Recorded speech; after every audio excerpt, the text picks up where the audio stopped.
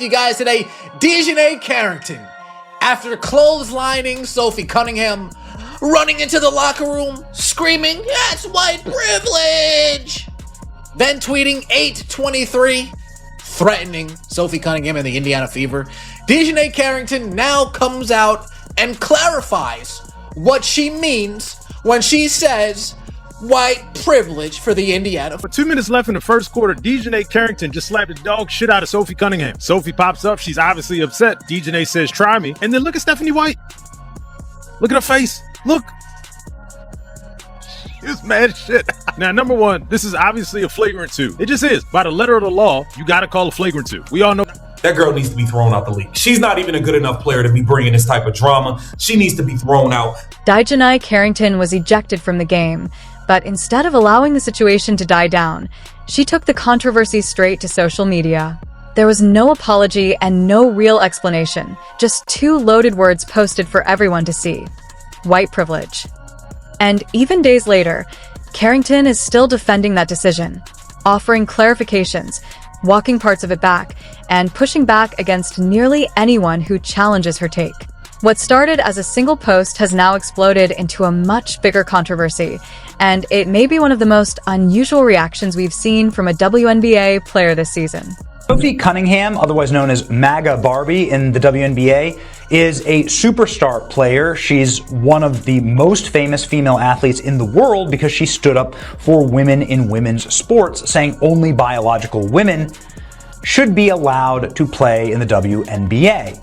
And for that, she is literally risking her life. Check this out. This is what happened to Sophie Cunningham last night when she was clotheslined by a filthy, dirty player for Chicago who has a name that I can't pronounce, or maybe I just refuse to do that. That's my right as an American. But this is a player that has attacked Caitlin Clark, gouged her eye out, that has now bloodied the face of Sophie Cunningham. And as soon as she did this, she tweeted white privilege, meaning she's declaring this is a race crime. Now, if a white woman was doing this to black women, it'd be the #1 story in the world. She'd be banned from the league forever. But somehow black women are allowed to get away with this against white women. And it's white women in the league who make themselves a target by simply standing up for traditional values and common sense. Sophie Cunningham has been one of the most vocal players this season when it comes to defending her Fever teammate Caitlin Clark. On multiple occasions, she has publicly argued that the league and its officials aren't doing enough to protect Clark from the intense physical defense she faces night after night. Cunningham has pointed to specific incidents, called out individual players, and even claimed that certain teams have discussed in their locker rooms how they want to show Clark what the W really is. That kind of criticism was never going to win her many friends around the league, and Cunningham has made it clear that she's fully aware of the backlash that comes with speaking out. Goo!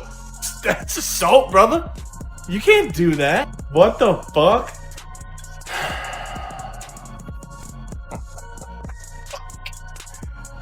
Is this just the default if you can't think? Or if you just don't want to take accountability for your actions? Oh my god, this league, bro, this league. Bro, white privilege while you're wearing a bleach blonde dyed wig. I mean, the fuck? What is privileged about that? You Stone Cold Steve Austin clotheslined her ass. What about that is white privilege? The WNBA stays undefeated. It truly does. They can't get out of their own way. That background is important because it explains why so many people saw this particular foul and immediately felt that it might be about more than just a physical basketball play. Cunningham has already established herself as someone willing to speak openly about the way Caitlin Clark is treated on the court, and now she was the one taking a forearm to the face, leaving her bleeding. Regardless of whether Carrington intended to send any deeper message, the optics were difficult to ignore. The moment the ejection happened, the history between these situations made the entire incident look far more complicated than an ordinary hard foul. Beyond concerning at this point how far from the plot we have actually gotten. And when I say the plot, I mean the basketball. How far from the game of basketball We have spiraled. When we're talking about the WNBA, we used to joke, it's like, 0 days without drama in the WNBA. This league is living up to it at a rate and a level of concern that we haven't ever had. With all the that's going on in the WNBA, DiJonai Carrington tweeted out white privilege from the locker room of a game that she was playing in. Get this, she fouled Sophie Cunningham hard. Sophie Cunningham, obviously a white person, fouls her hard. Flagrant 2, gets ejected, goes to the locker room and tweets out white privilege in the middle of the game. Now here's the kicker to me. A flagrant 2 has to be contact that can lead to an injury that looks excessive. DiJonai, it was about as excessive as possible. If there was any evidence of there being white privilege, this was not it. What the hell do y'all think? And Cunningham isn't the only person who has noticed the growing tension. Legendary broadcaster Dick Vitale spoke out earlier this year after Caitlin Clark was ranked just 9th among guards in a league-wide player poll. Vitale described the result as pure jealousy and suggested that players across the league would eventually recognize just how much Clark has contributed to their financial success. That statement took on a different meaning after the Carrington controversy erupted. Once again, a player connected to Clark and Cunningham finds herself taking a serious physical hit. Yet instead of seeing widespread support from around the league, the aftermath included a former teammate appearing to celebrate the incident and a head coach offering what some viewed as a mild defense of the player responsible. When similar situations keep happening, it's understandable why some people are revisiting Vitale's earlier comments and asking whether there was more truth behind them than initially assumed. Right across the face, coming down, trying to prevent the layup, but that is just a hard hit. That's definitely going to be upgraded, I think, to a flagrant 2, Ryan. I think that is going to be a flagrant 2. There is get what you fucking deserve. And just getting her out of the Lucky way. it wasn't a right hook.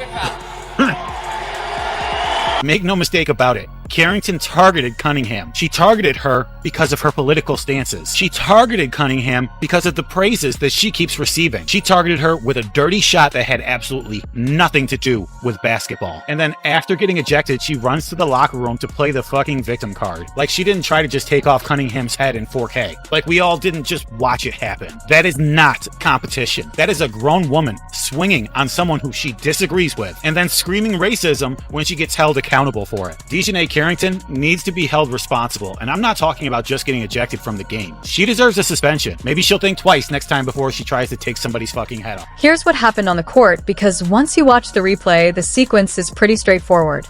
Sophie Cunningham was racing down the floor on a fast break with a clear path to the basket, seemingly headed for an easy layup. DiJonai Carrington was trailing the play from behind. Rather than simply challenging the shot, she made contact with Cunningham using her forearm across the face and neck. Cunningham went crashing to the floor, while the ball somehow still dropped through the basket. But after that impact, the made layup was the last thing anyone was focused on. Carrington was ejected after a flagrant 2 foul on Sophie Cunningham, but the controversy exploded when she posted white privilege immediately afterward. Her later explanation that the post wasn't about the foul only created more confusion, especially after the backlash from Emmanuel Aiko and reactions from other WNBA figures. The foul itself was reviewed and correctly penalized. The bigger issue became everything that happened after it: the social media post, the arguments, and the growing tension surrounding Caitlin Clark and her teammates.